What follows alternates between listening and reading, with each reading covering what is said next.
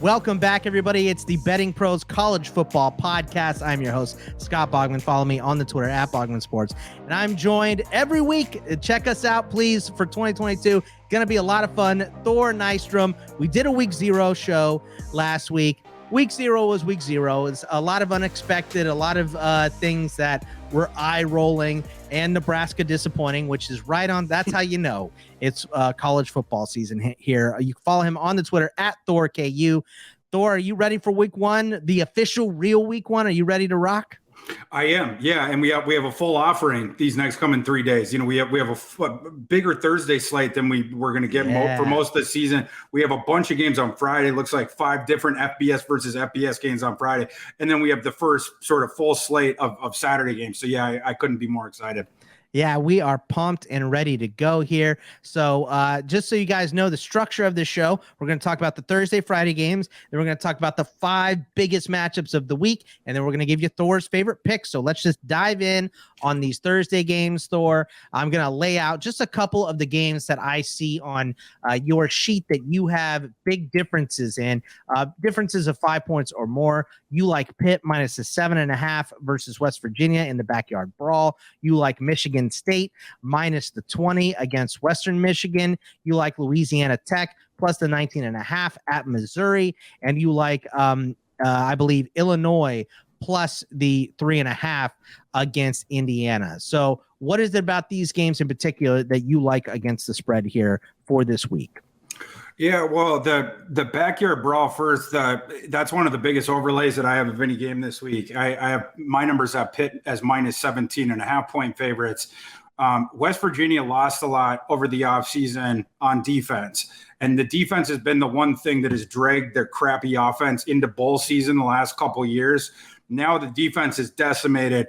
They 4 starters back only on there, and in the back half, I think they only have 2 combined between the linebacker and the entire secondary unit of starters that are coming back. So their defense is going to be down in comparison to what we've seen the last couple of years. That they made some changes on offense, but I'm not sure it's going to lead to any big, breakthrough. It was smart getting rid of Parker and bringing in Graham Harrell. I was certainly down with that. But it seems like they think that they could turn JT Daniels from water to wine, and I'm sort of pessimistic about their, the ability for that to happen. JT Daniels is a guy who's been run out of his last 2 stops, and over the last 3 years combined, he's had like 100 less passing attempts than he had as a true freshman. So the last 3 years, we just haven't seen him on the field very much. I think it's a lot to ask JT Daniels to go onto this team that does not have a lot of – West Virginia does not have a lot of skill talent around them. They lost their wide receiver 1 over the offseason to Florida State. They lost their starting running back to graduation. And they brought in Lynn J. Dixon to be like a committee back, and Lynn J. Dixon has already left them. So their running back room is not very good. Their receiving room is not very good. And now you're expecting JT Daniels to sort of pull everything up. I'm again, not very confident about that. Whereas because you like Pitt, you like Pitt's offensive side too. You think maybe a little bit has been made too much about Pickett and Addison leaving. I mean, those are 2 major parts, but you like Slovis, you like Mumfeld. So, it's not really Pitt that you're betting on. You're betting against WVU in this game, right? Well, yeah. I mean, I'm lower on the market than on West Virginia, and I'm higher than the market on Pitt. Certainly, their passing offense is going to go down a bit. Losing Pickett and Addison, and losing Mark Whipple, and losing Brennan Marion. But you mentioned the 2 guys that you're bringing in to replace the quarterback and the wide receiver, which were pretty solid additions. Like Keaton Slovis was certainly an above average Power 5 starter when he was the starter at USC. Was one of the reasons why Daniels got kicked out of there. And then you have that going for you. And then Kanata Mumfield last year was in the 96th percentile according to PFF of separation gained against single coverage, against man coverage. So he's a really good talent too that I think people might be sleeping on a little bit right now. But beyond that, yes, again, I'm going to concede that the passing offense is going to be down a bit, but the running offense is absolutely going to be better. That's something that Narduzzi wants to get back to. They have a deep backfield rotation where they're all coming back, led by Abanaconda. And then you have that, and then the defense is going to be better too. And the defense was something that created a lot of havoc last year. Number 2 in the nation in sacks per game. They were top 5 in the nation in EPA against the run. Now you bring back 7 starters. They only lost one guy to the NFL, and he was, a late day 3 pick in Mathis, one of the cornerbacks. In all 3 levels, Pitt has guys coming back. They finished number 29 SP plus in defense last year. They absolutely should be at least top 25 this year and maybe even top 20. So my argument with Pitt is, yes, you're losing the trump card. Absolutely. But, again, it's not going to fall as much as people think with that. And there's 2 other metrics that are absolutely going to tick up. So I think they're closer to last year probably than the market does. That explains my overlay on this game. How about the other 3 games? The Michigan State by 20, Louisiana Tech plus the 19.5, and Illinois plus the 3.5, or I might have already fallen to 3 there. What's your favorite out of that group? I would say, well, I do like the Illinois one quite a bit. When Thomas and I were doing our show on Sunday night, I had to double check before we hit the record button because I thought I had listed it wrong on my sheet of listing Indiana as the 3.5-point favorite. So I had to go back to the book and check. And indeed, Indiana had been installed as the favorite. I totally disagree with that, especially after, we saw Illinois open the season last week. It was very, very impressive against Wyoming. In Indiana, on the other side, I don't see how you think that they're going to tick up in a similar way.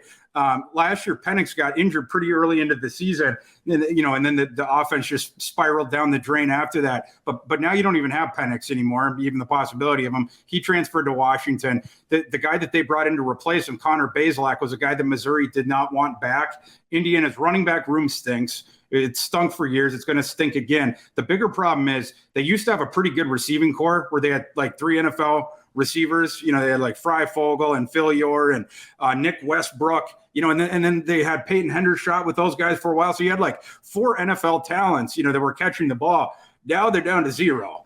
So you have problems with the skills. You have problems with the quarterback. You don't love the offensive line. And you can't love the defense very much, too, because Tom Allen, earlier on in his tenure, had found some under the radar stars where he pulled them out of Florida. And then he had sort of shined off these low 3-star recruits and turned them into NFL players.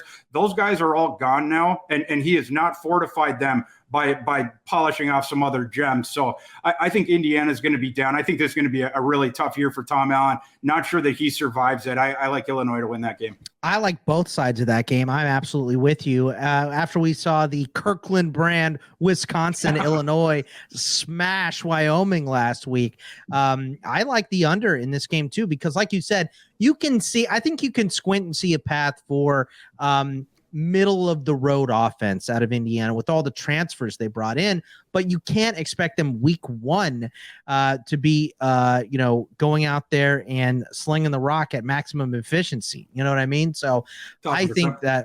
I think that this is going to be Illinois. I think it's going to be an ugly game. I like the under on it too.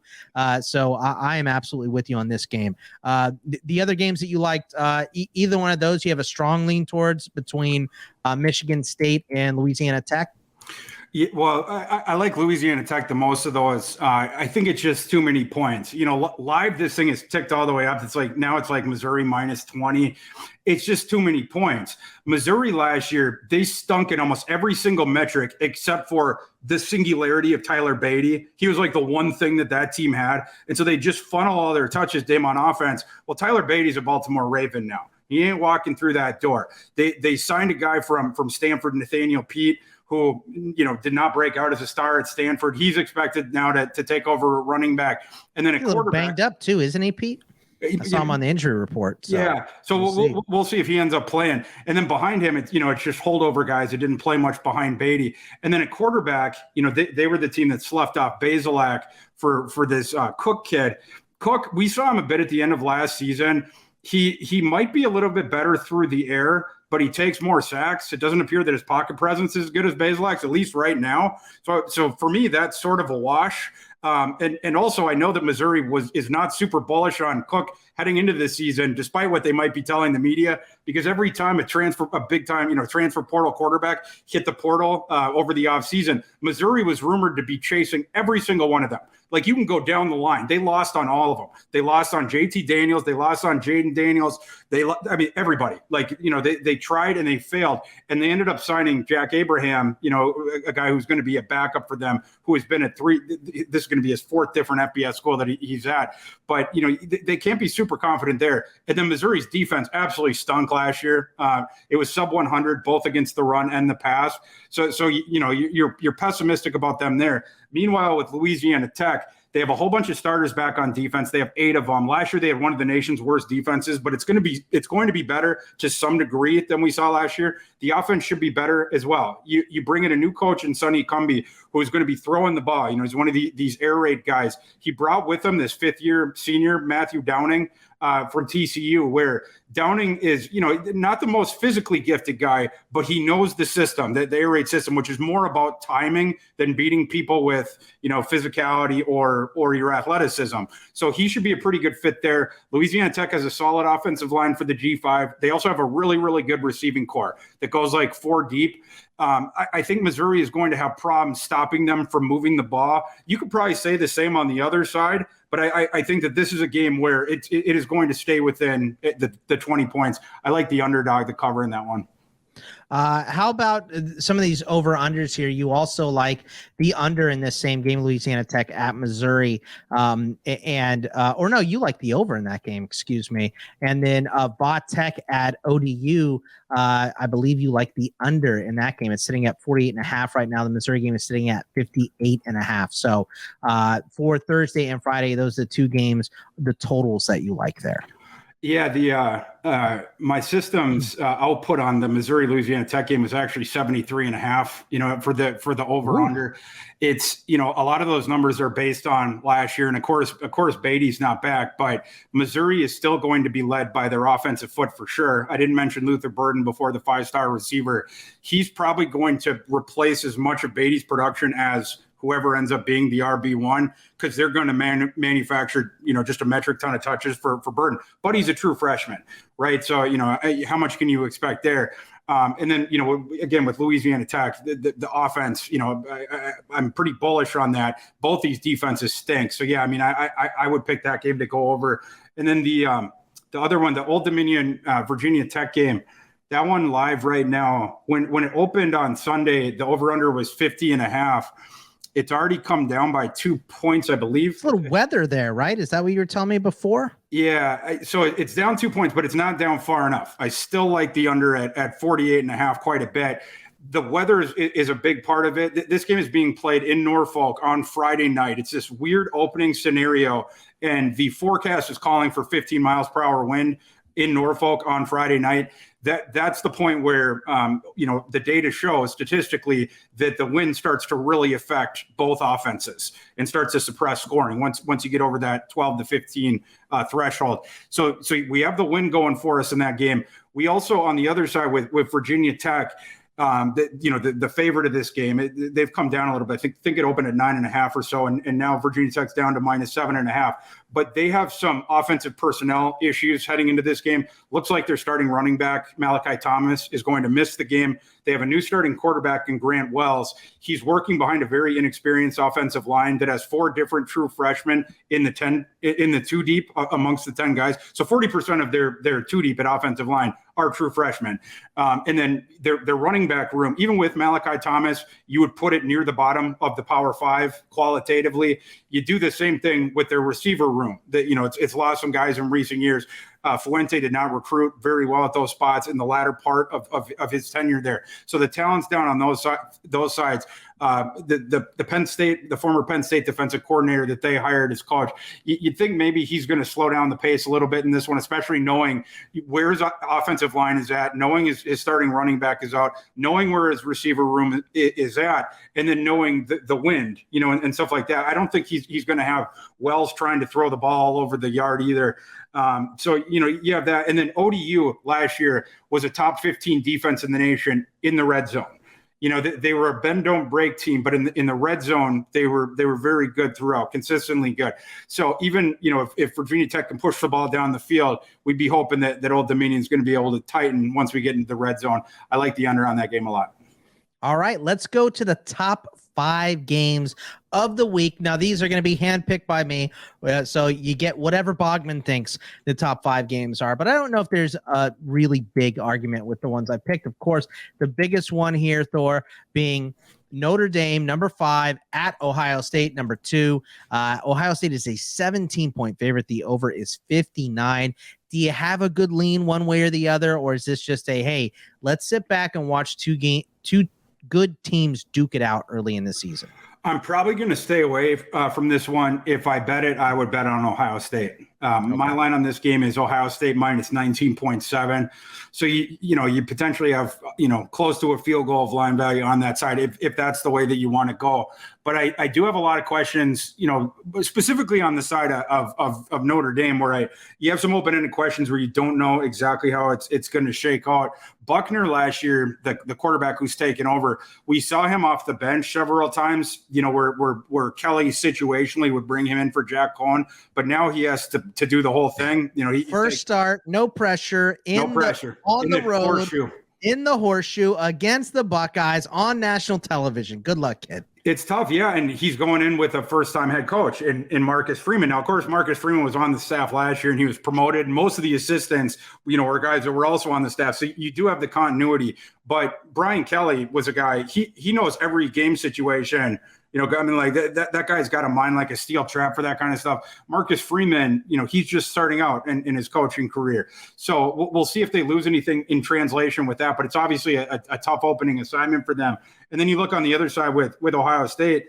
They lost the 2 first-round receivers, but their receiving core is still, arguably the best in the nation, top 3 in the nation, like however you want to parse that, with Smith and Jigba. And now you have Marvin Harrison, who's going to step up, Egbuka or Julian Fleming. All those guys were 5-star recruits. So many options. Yeah, they're going to be totally fine there. They have one of the nation's 2 best quarterbacks, however you want to parse that, Stroud against Bryce Young, one of the nation's 2 best running backs. And Bogman, we'll just say he's number 2 with a bullet, because he's number 2. Bijan, your boy, we can't put him above that, but you'd certainly put Travion Henderson in the top 2.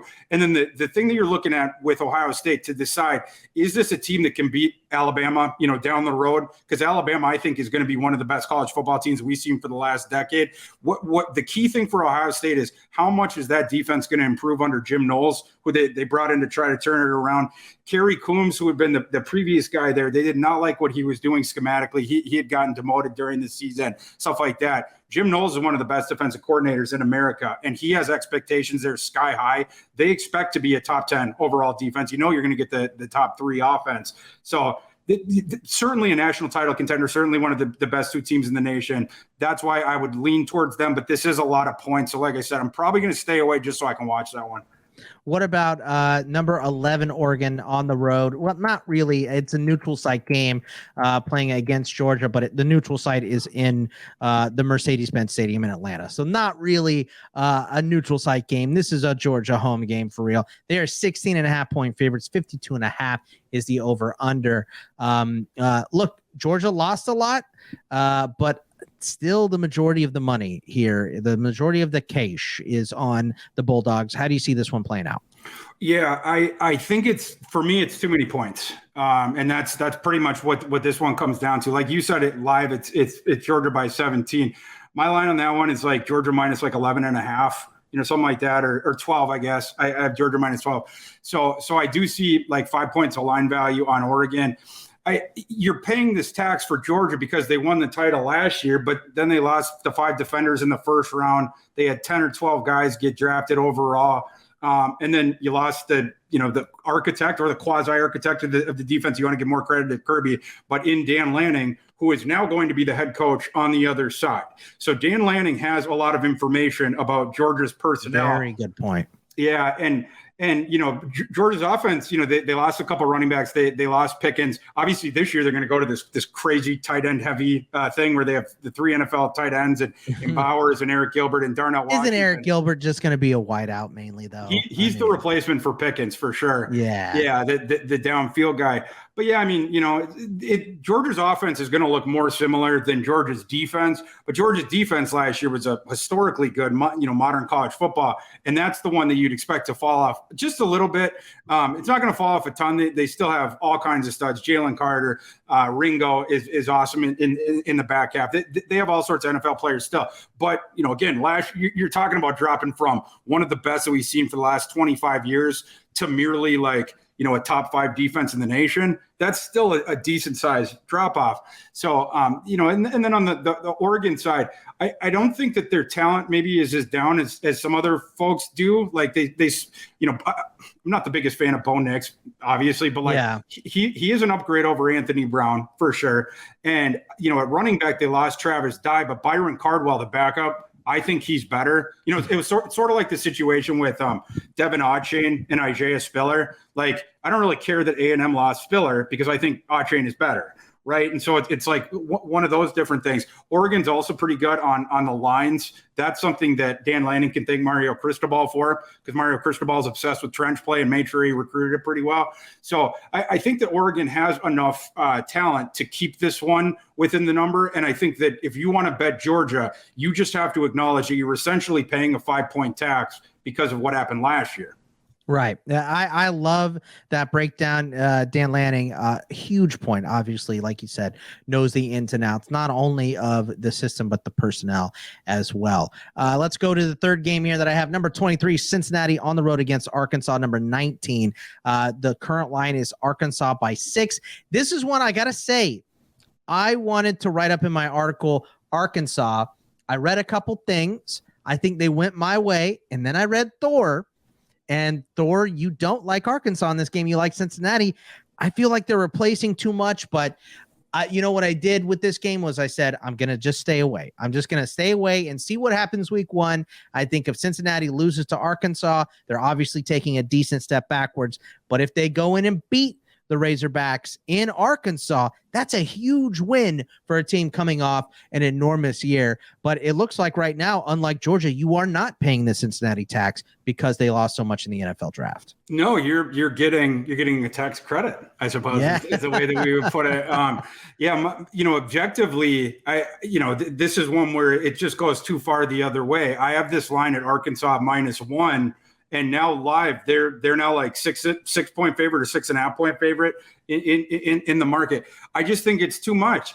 Everyone's focusing on what Cincinnati lost, and of course they lost a lot. They lost Ritter and they lost Jerome Ford and they lost Pierce on offense, and then on defense it was like Sauce Gardner and Cook and Majay Sanders, and stuff like that. You lost a lot of talent for sure, but they have a lot of talent coming back too. And at this point, you also trust, you give the benefit of the doubt to Fickle a bit. But the quarterback, they should be fine there between Evan Prater, the 4-star that they've been developing. And then they brought Ben Bryant back, a guy who had originally signed with them. He went to EMU to escape Ritter's shadow last year, was really good at EMU. So I think between the two, you're going to find something there. The running back room is super duper deep. The running back room actually might even be better than it was with Ford, just being the guy.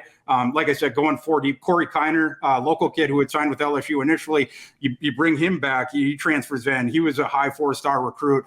They like these other couple kids. They have 2 different guys named Montgomery that they both like. And on defense, they're still going to be solid. Even though you lost the stars every single year. I mean, Fickle has brought them, all up. Like the 2 deep last year, you had starting caliber players all up and down it. And now Cincinnati just signed a top 25 recruiting class out of high school. They also signed a top 25 transfer portal class. So Fickle has done a pretty good job reloading. And while everyone's focusing on what Cincinnati lost, curiously with this matchup, they seem to be ignoring what Arkansas lost, and maybe that's just to help them justify the bet on Arkansas. But Arkansas lost the guy that they forced all the touches to last year because he was by far their best offensive player in Treylon Burks. They're going to have to figure out a different way to play offense now because you can't just move Treylon all around and just force him the touches and then have Treylon take on the entire world. And then on defense, I think they only have 4 or 5 starters back. They lost a whole lot on defense. Arkansas is still going to be good. They have KJ Jefferson back. They have an interesting running back room that goes, 3 deep as well. But because of those losses, I think that they fall off a little bit as well. I think these 2 teams are closer in actuality than the market is giving it credit for. I like the underdog for sure. The fourth game that I put on the list here, and I know that we're both on the same side of this because we talked in our stages, which we will do an hour before we record this. It'll be 5 p.m. Eastern every single Wednesday on the Betting Pros Discord. So please check us out. Come ask us questions, interact with us. It's a lot of fun over there. Number 7, Utah, -2.5 on the road in the swamp against Florida. 51.5 is the over here. We're both on the Utah side here. I like Florida. And I think that, if you look in recruiting classes and in terms of skill, Florida is definitely better than Utah, but no coach has been able to turn the talent into production since Urban Meyer left at Florida. Kyle Whittingham has been at Utah for a million years, I think realistically since 2005. So, just the experience and switching over to Cam Rising early in the year last year really turned that team around. They won the Pac-12 last year. They not replacing a lot. They have a lot of returning production. So I like the Utes here, and I know you do too, Thor. I do, yeah. I mean, you mentioned it. They're bringing back a whole bunch on both sides of the ball.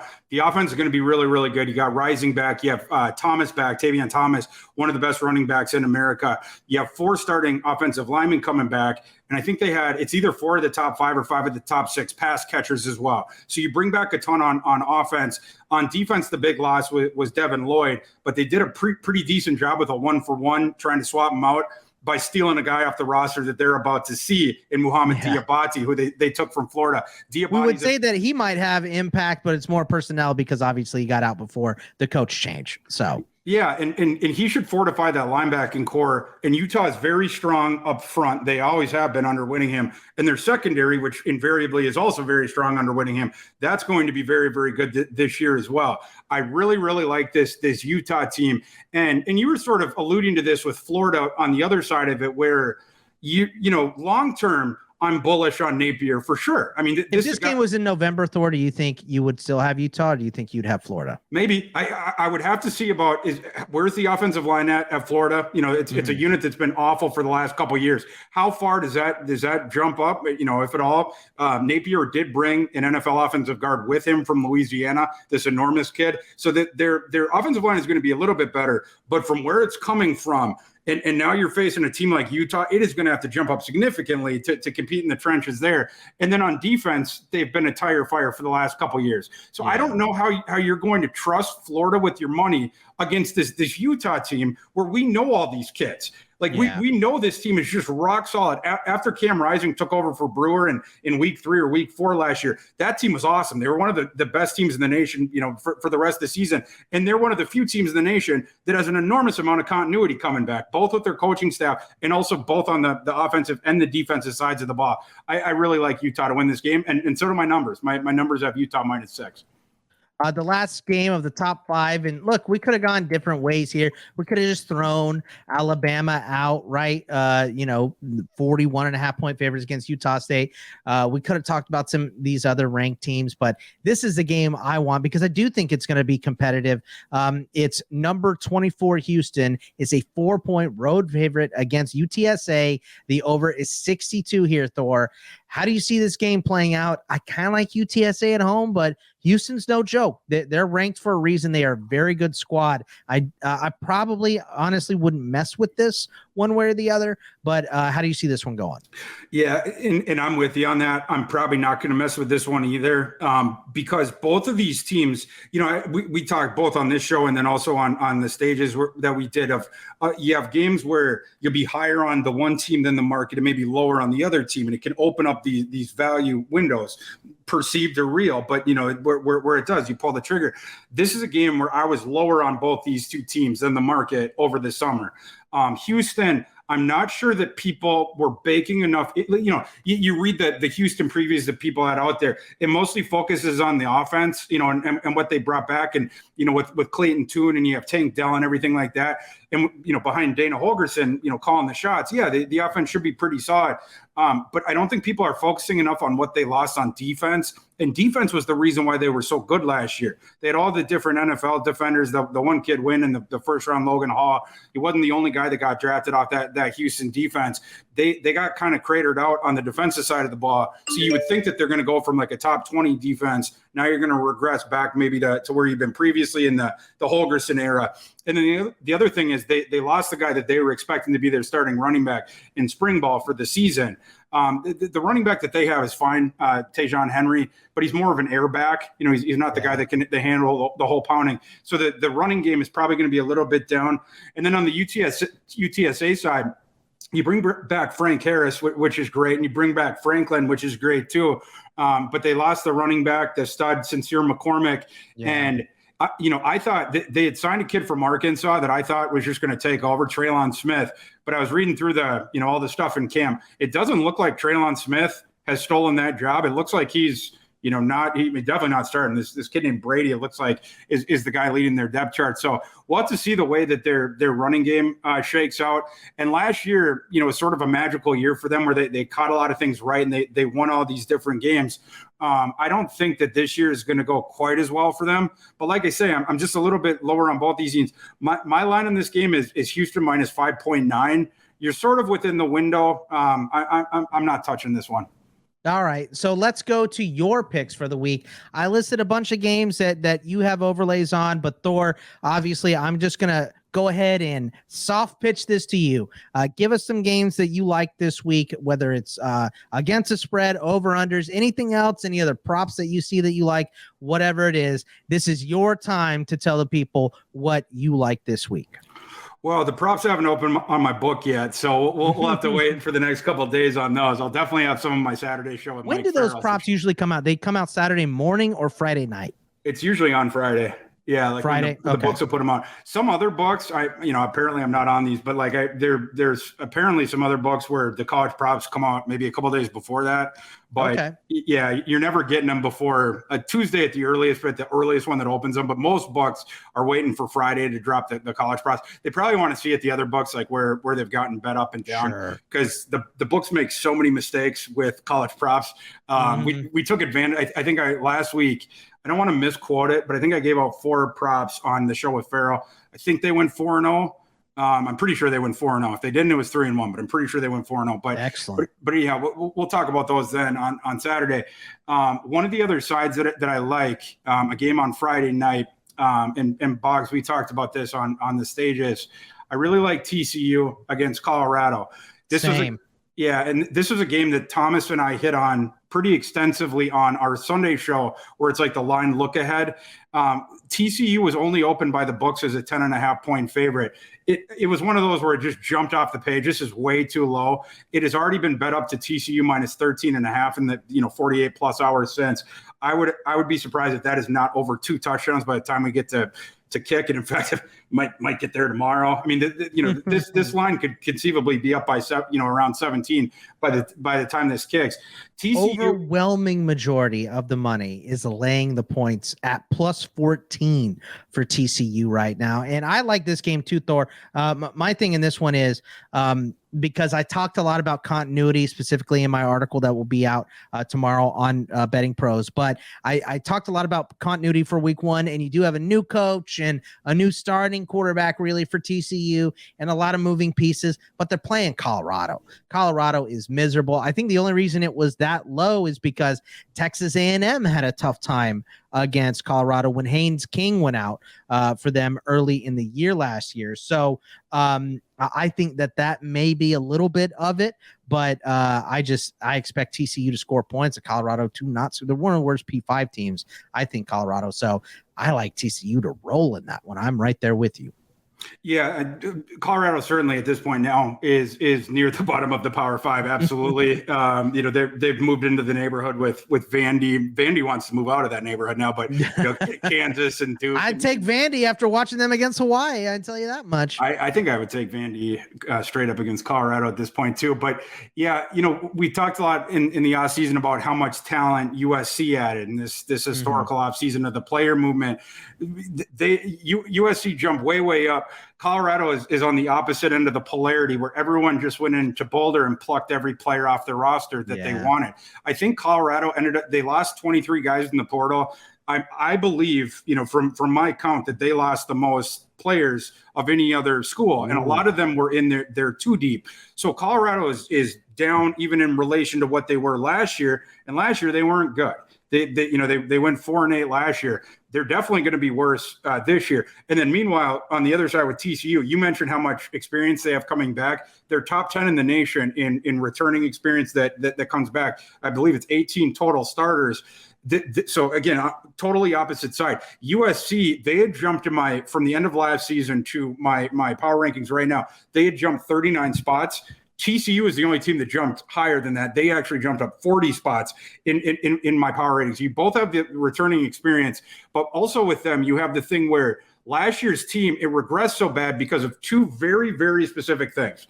Number one, the passing offense, which was inefficient and turnover prone. And then number two, the defense, shockingly, this is why Gary Patterson got shown the door, but they gave up like 11 points more per game than they had the previous year, just totally, fell off or whatever. This year, you have a million starters coming back on defense, 9 or 10 starters coming back on defense. That mathematically, they cannot be worse. They will be better. Just by definition, they are going to be better than they were last year. Probably you would probably cut it where they're going to be halfway between the two from the year before and last year, but that would cut off like 5.5 points per game, right? So now you start with almost a touchdown head start over every game that you had last year, and then the offense should be way better too. I was mentioning that the passing offense was their issue last year. Max Duggan being the quarterback has been the last couple of years. Max Duggan certainly had things going for him. He's a tough runner, dual threat element to his game, and he had a big arm. Accuracy is not Max Duggan's thing.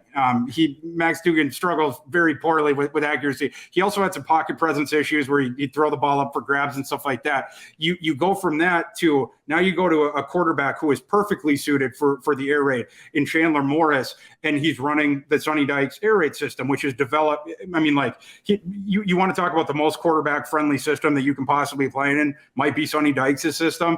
So they should be solid there. TCU's receiving core, people don't realize this because of how poor Duggan was with the accuracy, but TCU has one of the best receiving cores in the nation. Quentin Johnson's going to go in the first round in April, I believe. 6'4", 210 receiver on the outside, runs high 4.3s, low 4.4s, tremendous ball skills, breaks tackles. He averages. It is a crime that this dude has 55 catches in his first 2 years. It's crazy. Absolute crime. And he's broken like 28, 29 tackles in those 55 catches. So he breaks, a tackle every 2 catches, basically.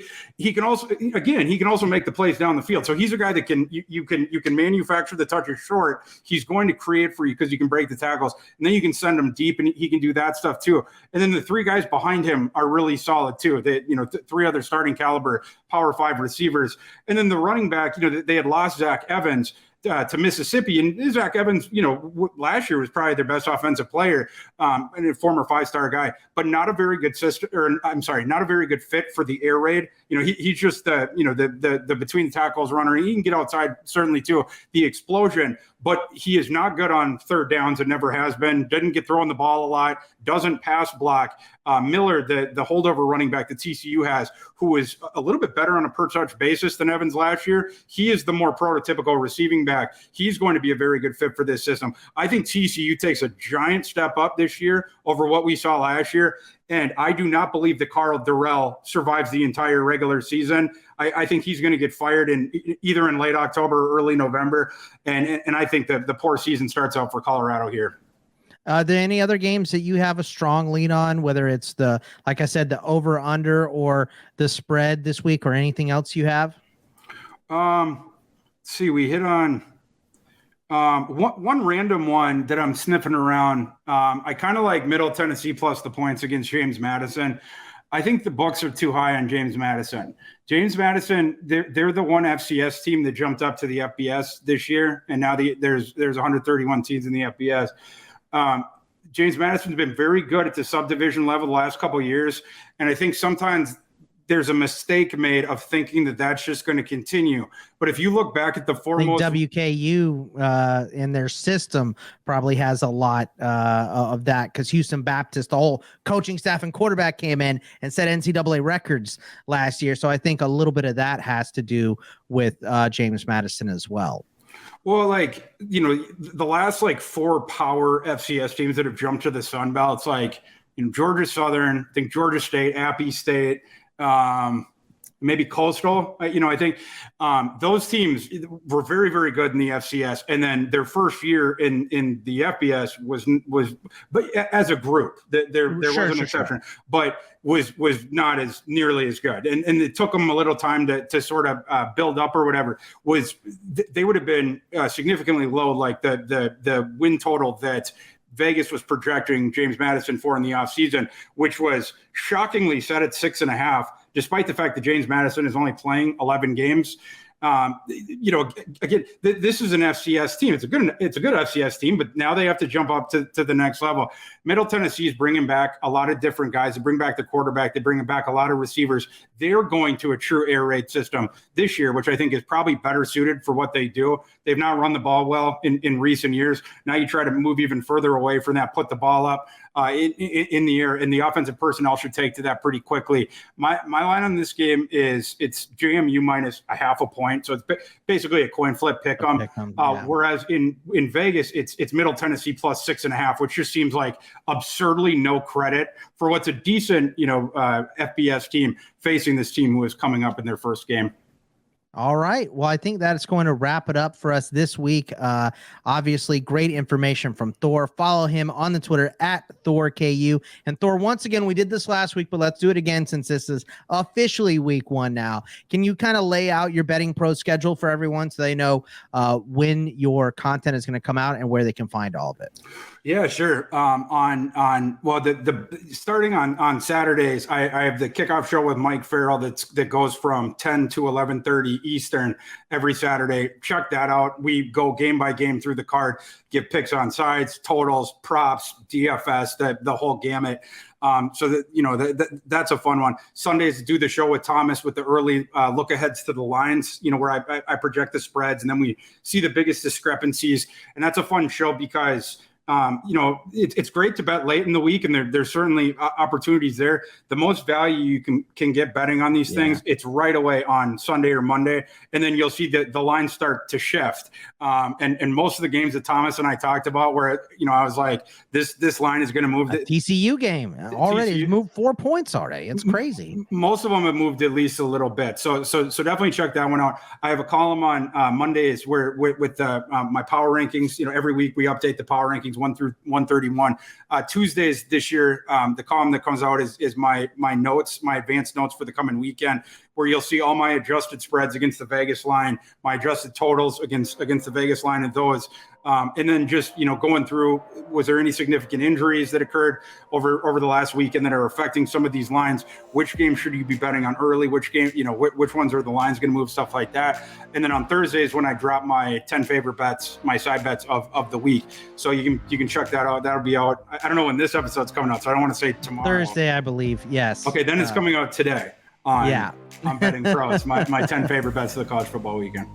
All right. Well, hey, we appreciate the info as always. Remember, you can follow Thor at ThorK. You can follow me at Bogman Sports. I'm, of course, here. I'll be doing the Fantasy Pros IDP show with Joe Pisapia as well. We already told you about our stages that we're going to have every single Wednesday at 5 p.m. Eastern to talk college football. I will also have an article dropping. I believe that's going to be dropping Friday mornings for me as well, talking about my 5. I have write-ups on my 5 favorite bets. I give you 5 other ones. So it's 10 bets as well with 5 write-ups on that. So check that out. You can also catch me on CFP Winning Edge with my guys Nick Allen, Xavier Trish, great dudes over there as well, and all my stuff over at In This League, inthisleague.com. So that'll wrap it up for us this week. We will see you guys next week. Good luck and take it easy, everybody.